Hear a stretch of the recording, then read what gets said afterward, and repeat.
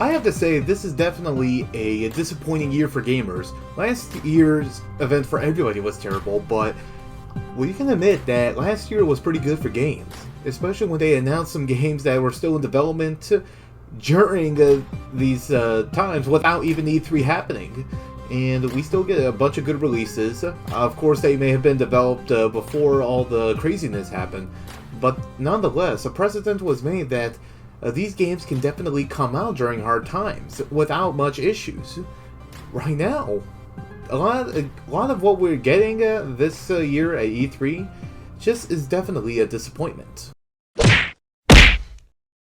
No, this is not me trying to bait or cause steer, because this is universally agreed upon, and I'm going to be serious. E3 is just a thing of a past, and this year just proved it. It needs to go, and it just cannot be going. At least at the way that is playing out right now.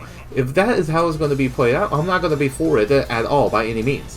Why even bring back E3 this year if you're just going to give us nothing but cringy commentary, ongoing lack of skillful journalism, or just not showing us new games at all? And on top of that, just bad public speaking skills. Of course, we can already say these flaws have been pre-existing for the past several years in shows just like E3 and especially the Game Awards last year, but this has gotten top of the line. It's bad enough to bring back some bad game journalism that we already have for a while, but why you gotta bring us some real-world crap to our heads? Gearbox, we don't need to see this type of stuff. We're past this stuff, or we're trying to get past this stuff. Let us just watch some video games in peace. Capcom, Monster Hunter Stories 2 and the Great Ace Attorney Chronicles are coming out in less than a month. We know this already. We're here to watch new stuff coming out. We want a new Mega Man game. We want a new Onimusha game. We're waiting 15 years for that. Where are they? I don't even care if they come out next year or the year after, where people can actually have new consoles, and not just only scalpers. Bullshit, Mr. Handman. Speaking of which, I know PlayStation doesn't show themselves anymore at E3. After this year, I have to say it's a smart move for them. But with the rumors on the internal component remodelings happening because of the semiconductor shortages, at least give us some briefing on it. Both them and Microsoft, even Nintendo as well. Give us some optimism, maybe a new model that does not sacrifice graphical powers at all. Especially Microsoft. Nobody wants this stupid Series X. Nobody wants disc-less consoles. This was already proven with the Xbox One S disc-less version years ago. It sold like crap, and it's just a bunch of hardware problems. Do you wonder why limited run games and Nintendo press conferences this year was so good? The physical media market is still strong, and people still buy them. It's not going to go anywhere. Not this quick.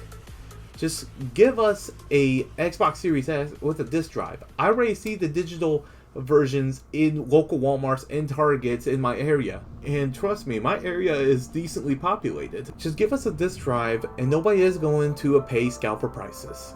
Ubisoft, what else do you have to show us besides Mario and Rabbids and Avatar? First of all, nobody even asked for a new Avatar game. They want a movie. Thank you for Mario and Rabbids sequel because I loved the first one. It still doesn't justify the lackluster conference that you had this year. Microsoft and Bethesda, you're not bad either. In fact, I think the Starfield reveal was pretty well. The Halo multiplayer looks good too, but don't you have Elder Scrolls 6 to work on? People are gonna be here hating me on this, but I think Square Enix did a decent job. You can hate Final Fantasy Origins all you want, but I do like it pretty well. It looks pretty neat. Unfortunately, I don't have a PlayStation 5 to play the demo because stupid scalpers, but I'm looking forward to give it a try in the future. And I really hope I can get my hands on that real soon because I could definitely play some Ratchet and Clank right about now. But the new Life is Strange, it looks good too. And I really do love the Babylon's Fall game. It looks great. Even the Guardians of the Galaxy looks great too. And I'm already surprised that it was announced that's coming for the Nintendo Switch as well. Of course, I may just get it for a higher powered console anyway. Just to avoid possible frame rate issues. But here's the thing about E3, especially this year. It's always Nintendo coming to the rescue. The Metroid announcement just killed it all. The new Zelda presentation that looks pretty good. And you give us some older series that just never had a spotlight before. When they brought back Fatal Frame, that's pretty neat. I haven't played Fatal Frame, but I've always been told they're pretty good, so I might give this new one a try. But the Advance Wars remake of the first 2 games, I was very surprised. I thought that game was dead. I thought that series was dead. I thought it's all Fire Emblem for intelligence systems. Once again, as always, except for E3 2015, Nintendo has been saving and winning E3s for a good while. This is some big surprises coming from Nintendo by any means. I didn't think these would occur. I was shocked, especially with how terrible everything has been. I mean, I expected a lot of Zelda, and it didn't give us a lot, but I thought it was still pretty decent enough for the 35th anniversary. And I wanted a remake of the Oracle games, but I'll take what was given as well. The Game & Watch looks great as well, but one thing that got me so hyped was the new Metroid Dread. I lost hope for maybe 10 years that we're going to get a new Metroid game. I lost 15 years of hope for Metroid Dread to begin with. This was a concept since 2006. This was supposed to be for the original Nintendo DS, and it was never given any shine till now. And after watching that developer interview as to that has been ongoing for a long time, now I understand why it waited that long. I have a lot of respect for that. And I have to say, Nintendo is not going to be disappointing me again. I kind of have hope back for big surprises going on. I mean, look, people are going to hate it for their DMCA strictness and some business decisions, but that is going to be a different story, and nevertheless, the games in the console matter the most when it comes to Nintendo. However, back to the point of this video, the fact that probably the only ones making E3 entertaining so far is just Nintendo themselves.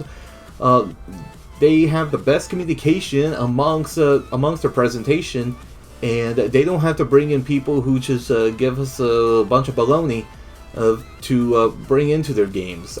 I don't need you to do any gaming comparisons of a game that just don't matter by any means. I don't need you to tell us that, oh, this is just a Dark Souls, but for Nintendo folks. Like, just tell us that it's intended to be a challenge, just like the Shin Megami Tensei games or the Persona games from Atlas. Same games, but you get what I'm saying. I don't think we should just have E3 anymore. If all you're going to do is give us cinematic trailers and just showing off games that have already been released with just some DLC and show us nothing new by any means, why even have E3? Why? Just do your own presentations at your own time, at your own pace. Honestly, have gamers build up hype a lot over the year, and that's just going to make things a lot better for content creators with a lot of discussions and a lot of commentary throughout the year, not just one part of the year. I think that Nintendo is smart to do these Nintendo Directs for that reason, and I think that Sony joining in on the fun with States of Play also helps out as well. And if I remember correctly, I think Xbox is doing something similar as well. I forgot the name, but if it's going to keep going up and showing some new stuff throughout the year, not just one part of the year, it's just going to be a lot better. My point still stands. Last year we got a good handful of games, and we didn't even need an E3. Nintendo gave us a Paper Mario Origami King, and I thought that was decent for a Paper Mario game, even though the last few were just super disappointing. I thought this was pretty decent. It gave us a good difficulty, it gave us a good story. It did a little bit better when it comes to the battle system, even though I still prefer the traditional system to this day. I'm still hoping for a Thousand Year Door HD remaster to come out anytime soon. If we can get an Advance Wars remaster, then I'm hoping for any other remasters in the future.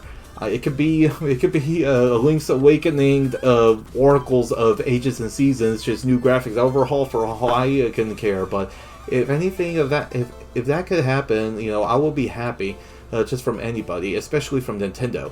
And I find once again, with their events, I find them to be, their commentators, their presenters, they're very appealing. And by comparison to people like from IGN, or you have Gearbox, I don't find these guys to be appealing. I don't find them to have that much character in comparison. I just don't. It's obvious that a lot of these people cannot communicate. They're just being lazy, probably just appealing to gaming journalists who can only communicate in the sense of saying, oh, this game is just the new this game. I don't do that. I hope you enjoy this video. I will be in Fayetteville Comic-Con this coming weekend, and we'll be vlogging as well, and it'll be posting in this channel anyway. If you want to take a look at it, please subscribe to the channel and click on the notification bell to keep up to date. I may or may not be streaming this coming Saturday, so keep up with announcements. So, on Sunday, when I will be in Fayetteville for the Comic-Con, I will not be streaming that day. So please keep on the lookout for any announcements. If you want to see any announcements, I do have a Discord server and some social media links on the description below. What do you guys think? Should we keep E3 or move on from it? Let me know in the comments below. Until next time, take care everybody.